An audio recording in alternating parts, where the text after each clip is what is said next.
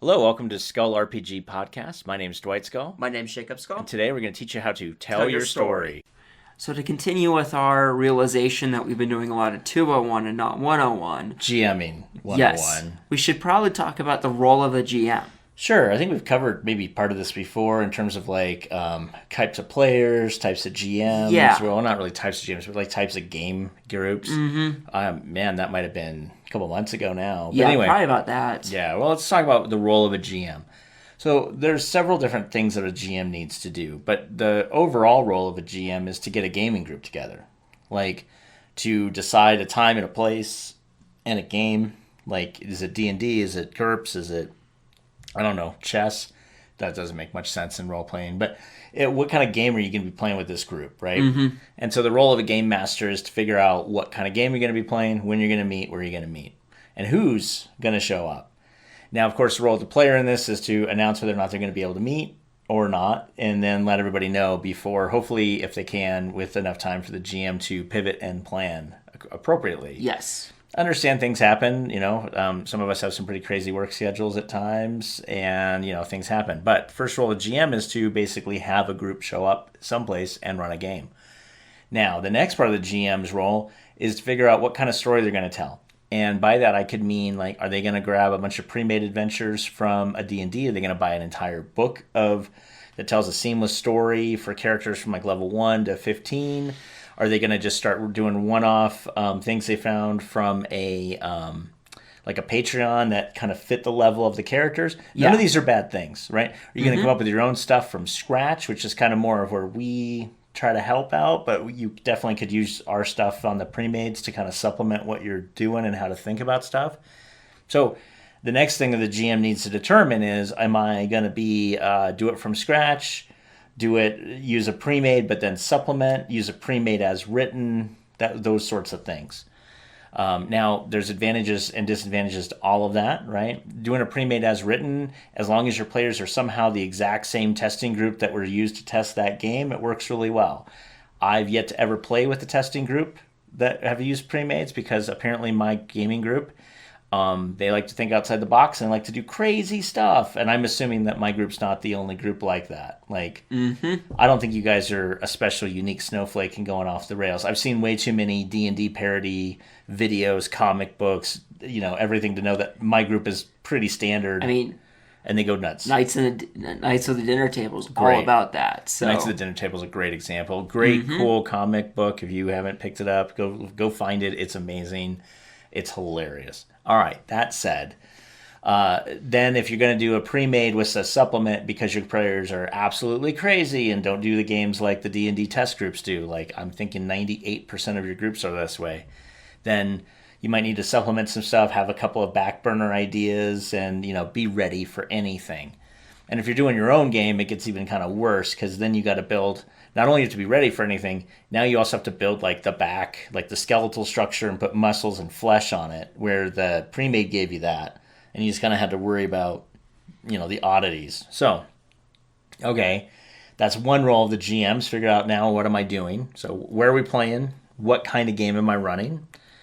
The third thing a GM needs to do is, in my opinion, create a safe place where no one's picking on each other, no one's picking on you as the game master, you're not picking on others as the game master, you're not belittling people, you're creating a place where people can honestly have the opportunity to have a good time and have fun. Because, no offense, gaming is an escapism. And I don't mean that in a bad way, it's literally what it is, right? It's not food, it's not clothing, it's not drinking, so it got to fall into entertainment. Yeah. So if it's entertaining, then it's entertaining. So it's escapism. Mm-hmm. So this is where we get to pretend to be whatever our character is, right? I'm a high elf lord in a Tolkien type of universe, and I have the following abilities, and there we go. And we're going to play out a really weird game because you as the GM are going to have a really weird game, and that's fine. And so the GM really is to provide an environment where people can have a good time and escape their kind of, mundane life for the next 2, 3, 5 hours, whatever your game length is. And then, I go from there. So that kind of then necessitates into a lot of other things where you, the game master, is simultaneously juggling a lot of different things. Definitely. So your players, all of them are asking about weird things all at the exact same freaking time. And you feel like a mom with 7 kids now. I'm not even joking. It's like 3 people in the room now. It's like, yeah, So I still feel like a mom with 7 kids. Like, you know. And so you have that whole thing where it's like, what's that guy look like? Wait, he looks sketchy. I'm over here doing something else. Like, okay, shut up, everybody. What are you doing? Like, good, you're getting drunk at the bar. I don't care about you. What about you, though? You're looking pretty sketchy at my game hook. So I got to make sure you don't kill him, Mm-hmm. I'm less concerned about you trying to pick up ladies at the bar in a mythological world with not even a tabletop mini to Or I have to represent these deal with ladies. the bar performing now to try to Oh, get God. extra money. Yeah, I'm trying to make some money for my stay tonight. Oh, okay, great. While the rogue's trying to pickpocket everybody. Yeah, right. And it's like, and I'm really more concerned about the fighter who's giving the shifty eyes at my game hook in the corner. Don't kill Aragorn in the corner in Bree, okay? I need him for the rest of the game, okay? So it's that sort of a thing. So the game master is constantly juggling the mood, the atmosphere, the weird, crazy antics of players who have no idea what you're intending and they don't necessarily care. And at the same time, some people would say it's the GM's job that everyone should have a good time. I disagree with that. Mm-hmm. Now, why I disagree with that, and I don't disagree with that as hard as I've seen other people disagree with it online. I've seen some videos where it's like, the DM's job is not that at all. Well, no, the DM's job is to provide an atmosphere where people can have fun. You're not a draconian tyrant despot, Your job is to create an atmosphere where if somebody wants to put the effort in to have fun, they will. Exactly. It's not your job to bend over backwards to the one player who's more content being on his phone. Yeah, and there's a certain point where you might want to have a conversation with that player or that sort of thing. But or figure out why and try to have buy-in. There's ways to work with him, but it isn't bending over backwards to create the game he wants to play and it could exclude be everybody else. And it could just be that the player's on the phone that session because one of their family members is in the hospital or is about to go into the hospital and they're just making sure that everything's fine. That's not hard to do, and you don't have to be all school teachery and shame them. It could just be hey, Joe, why are you on your phone? And if they go, oh, I got some important stuff I have to monitor. Oh, cool. No, that's fine. Mm-hmm. Life interrupts work and life interrupts entertainment. Totally get it. Thanks for being here, So it's not the hardest thing in the world. Sometimes a really just open-ended question that doesn't sound very, accusatory is a really good way to go. Mm-hmm. So anyway, so you've figured out who's showing up, where they're going. You figured out what kind of game you're playing, like in general, but you've also figured out how you're going to play that game, like build it from scratch or play somebody else's.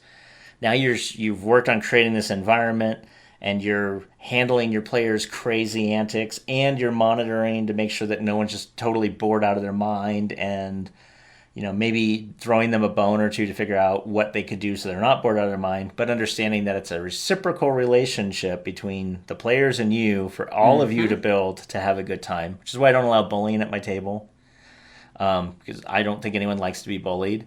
I'm imagining bullies like to bully, but that's not my problem. The people on the end of that don't like to be bullied, so that is my problem.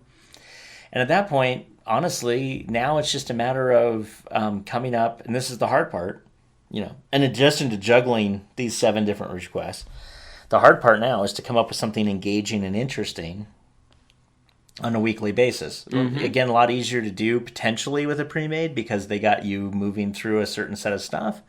Not necessarily always the case, though. And I would just say this, that if you realize that something is just not going the way you want it to go, sometimes it's just better to put the horse out of its misery than it is to limp it along for the next 8 months. And I literally mean that because, gaming sessions are easy in the fact that they're over in a couple of hours or maybe 5 hours or less. But game campaigns are not easy because they typically, at least in my world, take about a year to work through. I mean, if you do the whole thing, start to finish. Mm-hmm.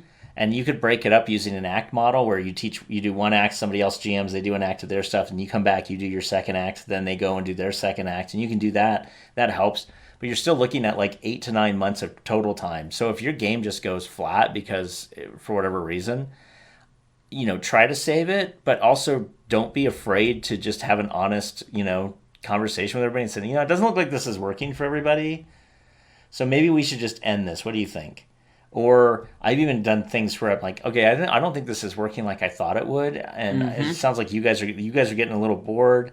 What can we do to make it better? And we just have a brainstorming session. And sometimes it's like, well, let's just skip it and go to something different. Or sometimes it's, hey, if we just change the story to tweak it this way, I think we'd be a lot more interested. We'll try it. And sometimes we still end up shooting the horse. I mean, figuratively, no animals were hurt in the production of this podcast. Sorry. Anyway, a little humor there. No animals were hurt in the production of this podcast, by the way. My dog's in a different room. So, but at the end of the day, don't be afraid to just put something out of its misery as opposed to just trying to keep it going and white knuckling it for the next X number of months. So I think that's it. We will see you tomorrow. Hey, thanks for listening. And for more resources, please go to skullrpg.com.